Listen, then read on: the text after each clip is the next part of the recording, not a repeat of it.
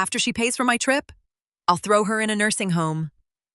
The words came out of my phone speaker, clear as day. I was standing in my kitchen, wiping down the counter. My daughter-in-law, Sarah, had just called to thank me for the luxury Hawaii trip I funded for their 10th anniversary. She hung up, or so she thought. The line stayed open. "I swear, Katie," Sarah's voice echoed, talking to her sister. "The old lady just handed over $5,000. David thinks we should wait a few months. But I'm done. The second we get back, we're touring facility options. Her house is worth a fortune. We'll take the master bedroom." Finally, my chest tightened, but I didn't cry. At 68, I had buried my husband, Arthur, and survived breast cancer. I wasn't about to crumble over a greedy daughter-in-law and a spineless son. David had always let Sarah steer the ship. I just never realized they planned to throw me overboard. I placed the phone on the counter and listened as Sarah detailed how she'd pack up my vintage china and sell my car. They were treating me like I was already in a grave. I had let them store their boxes in my garage, let them use a joint credit card for groceries, and let Sarah rearrange my living room because I wanted peace. No more. I ended the call silently. I didn't yell. I didn't call David to demand an explanation. Panic flared for a brief second, but logic quickly took the wheel. The tickets were booked under my name and my account. I had given them exactly what they wanted, a luxury escape. But as I opened my laptop, staring at the flight itinerary, a new plan formed. They wanted to take my home away from me. I was going to give them a vacation they would never forget. I poured myself a cup of black coffee and sat at the dining table. Before taking any action, I needed to see exactly how much control I had handed over to David and Sarah over the past 2 years. I logged into my banking portal. The joint credit card, the one I authorized for emergency expenses, had a balance of $3,200. I scrolled through the recent charges. Designer sunglasses, expensive luggage, a high-end salon in downtown Seattle. Sarah had been prepping for Hawaii on my dime. Assuming I'd just pay the bills at the end of the month, like I always did, I walked through my own house, truly looking at it for the first time in months. The photos of Arthur had been moved from the mantel to the hallway to make room for Sarah's modern vases. My favorite reading chair was shoved into a corner because David wanted the massive television centered. I had slowly become a guest in the home I owned, free and clear. I picked up Sarah's vases, carried them to the garage, and put Arthur's photos right back where they belonged. It was a small act, but it grounded me. My phone buzzed. A text from David's mom. "Sarah says thank you again. We can't wait for Friday. Love you. Love."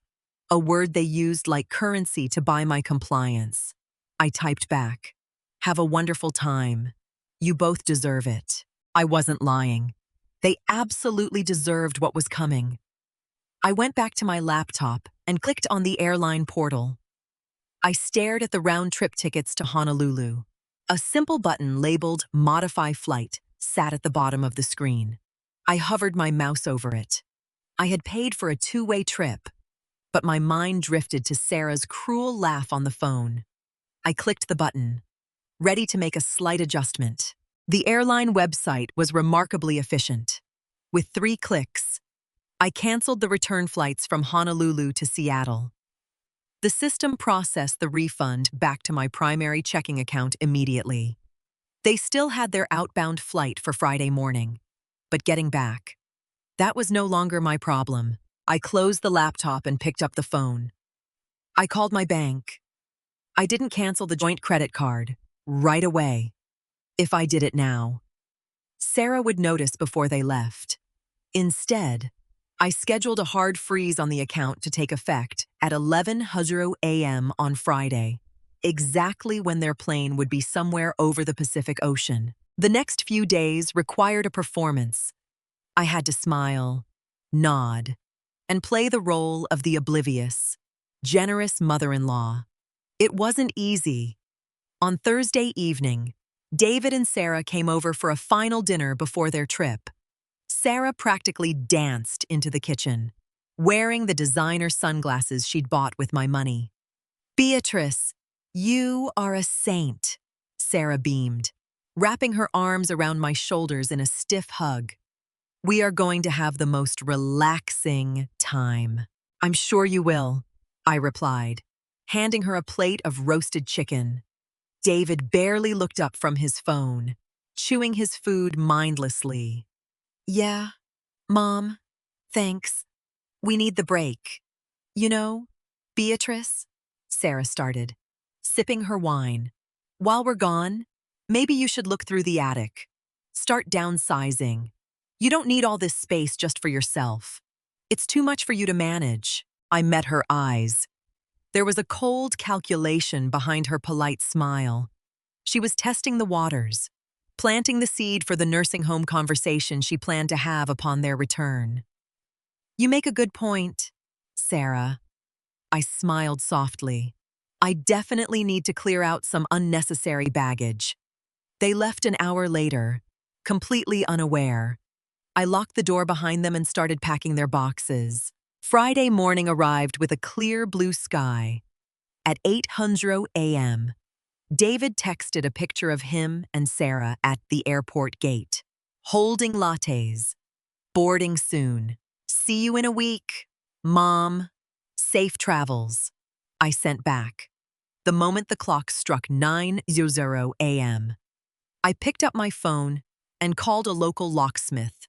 By 10:30, a man named George was drilling the old brass locks off my front, back, and side doors.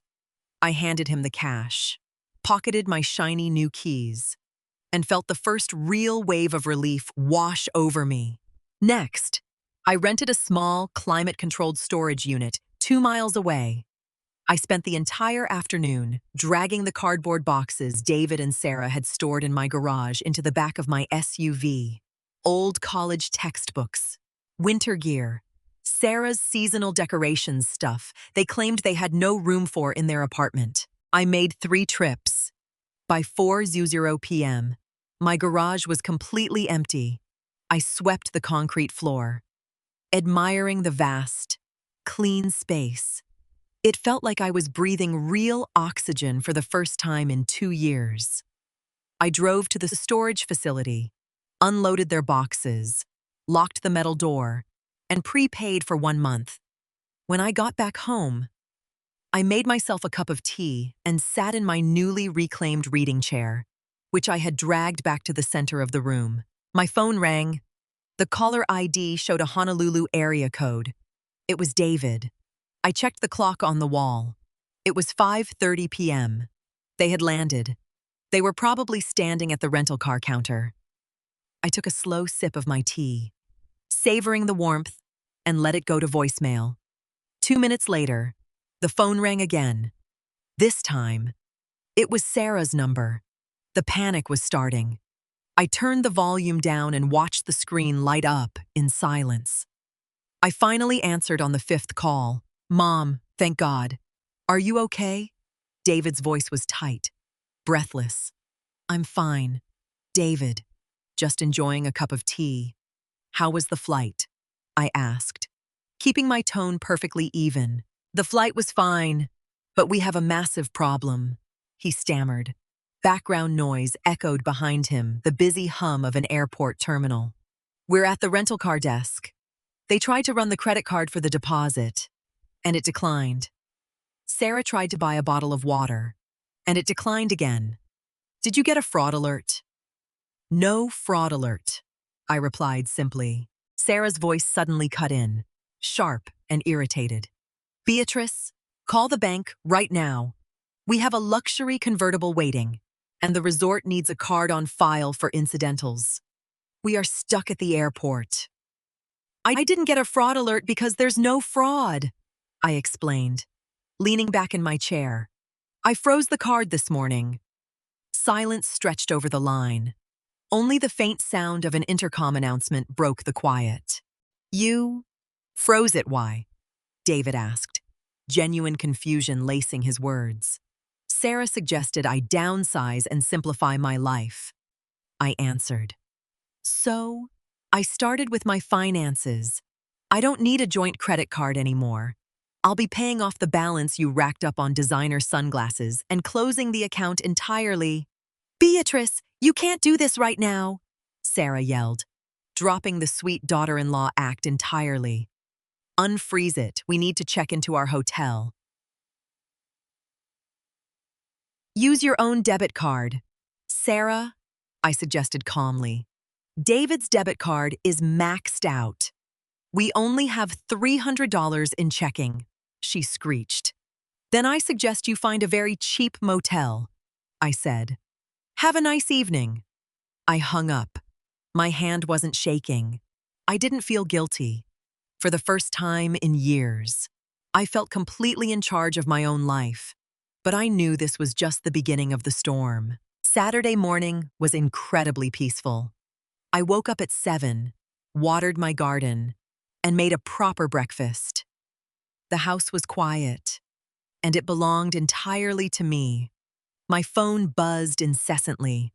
14 missed calls, 20 text messages.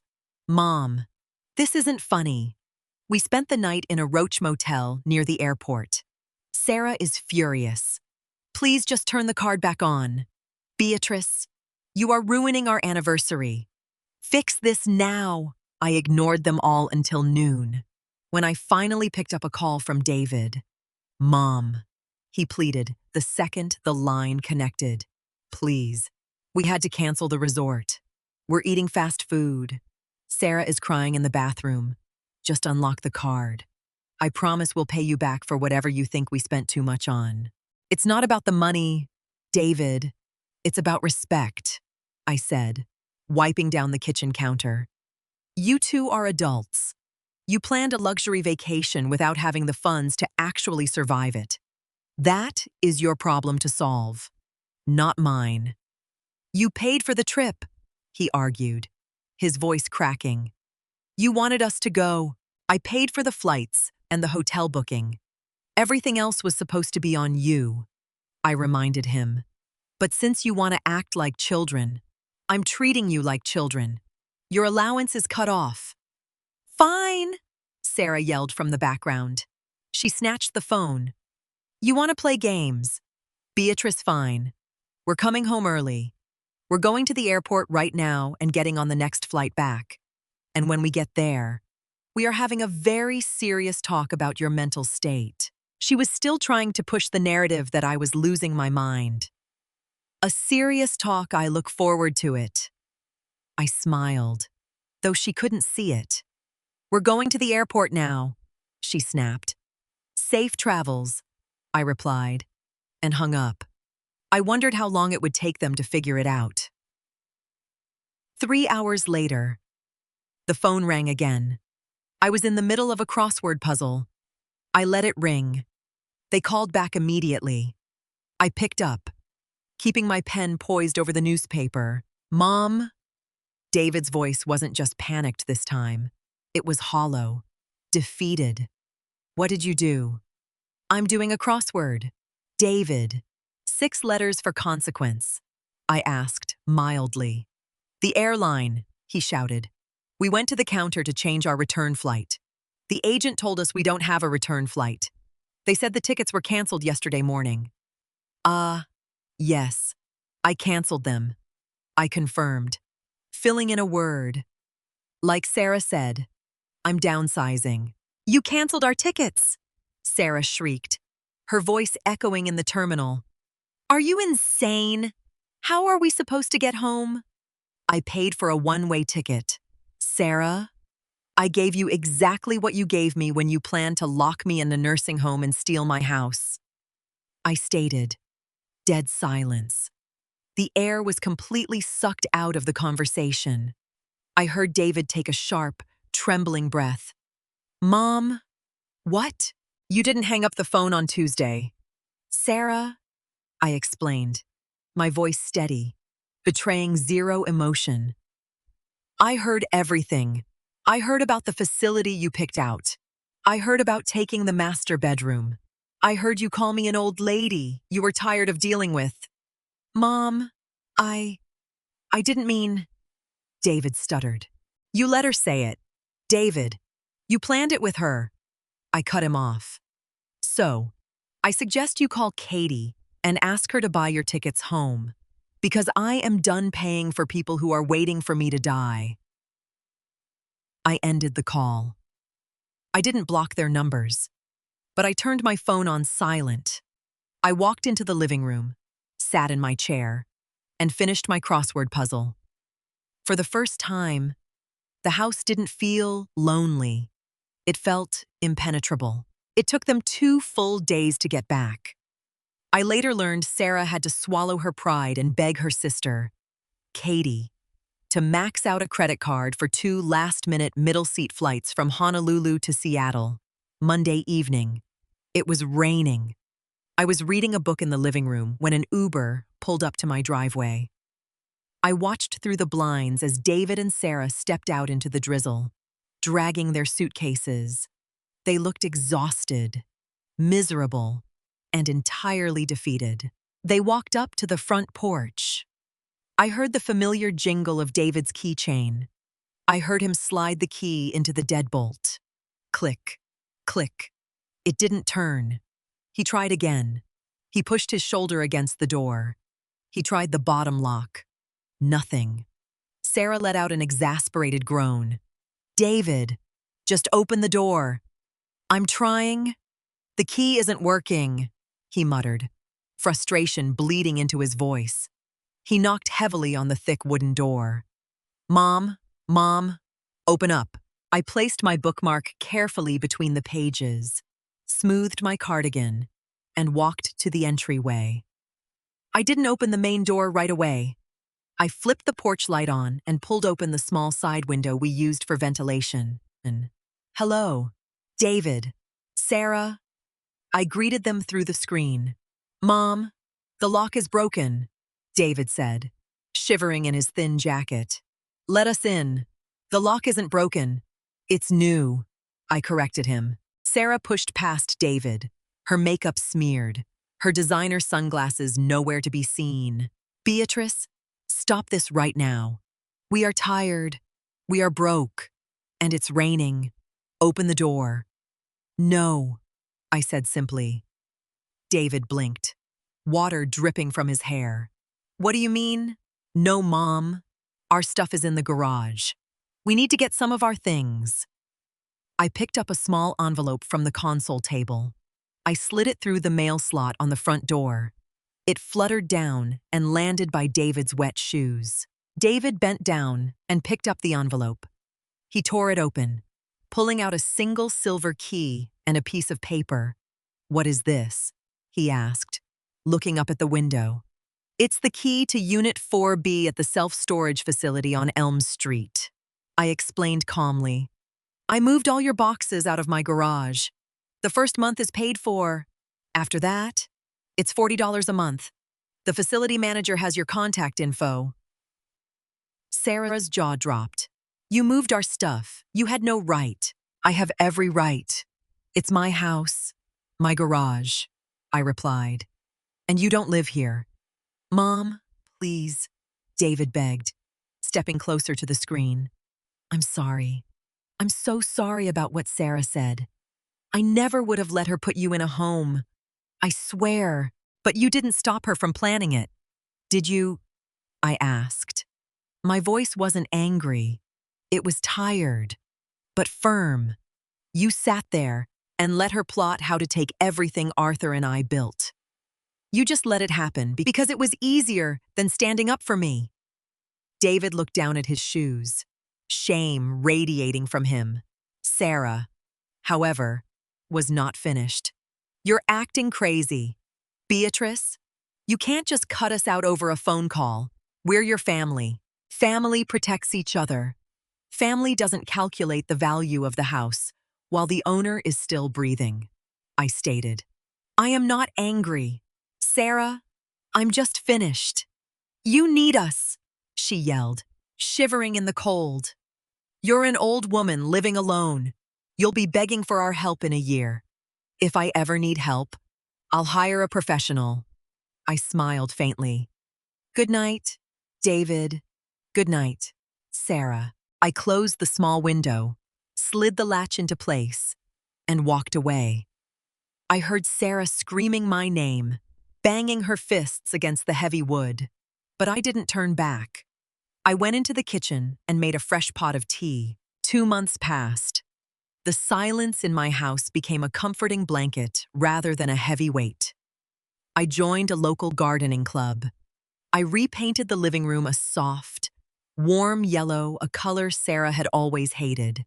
My bank accounts were secure, and my emergency credit card was strictly in my wallet alone. I heard through Katie that David and Sarah were struggling. Without my financial cushion, they had to downsize their expensive apartment and move into a much smaller rental. One Tuesday afternoon, the doorbell rang. I checked the peephole. It was David, standing alone, holding a small bouquet of grocery store flowers. I unlocked the deadbolt and opened the door, leaving the screen door shut. "Hi, Mom," he said softly, looking exhausted. "Can we talk?" "We can talk right here, David," I replied, not unlocking the screen. He looked down at the flowers, then up at me. "Sarah and I, things are really bad. The rent is due, and we're short. I know I messed up. I know I was a terrible son, but I really need help." I looked at my son. I loved him. I always would. But I finally understood that saving him meant destroying myself. "I love you, David," I said quietly. "But the bank of Mom is permanently closed. Mom, please, just a loan. I'll pay you back," he pleaded. "No," the word hung in the air, solid and immovable. "You need to figure this out on your own. You and your wife need to build your own life, instead of waiting to inherit mine." He stood there for a long moment, realizing I meant every word. Slowly, he nodded, laid the flowers on the porch, and walked away. I watched his car drive down the street. I didn't cry. I stepped out onto the porch, picked up the flowers, and brought them inside to put in my favorite vintage vase. I locked the door behind me. I was completely fine. I was finally home.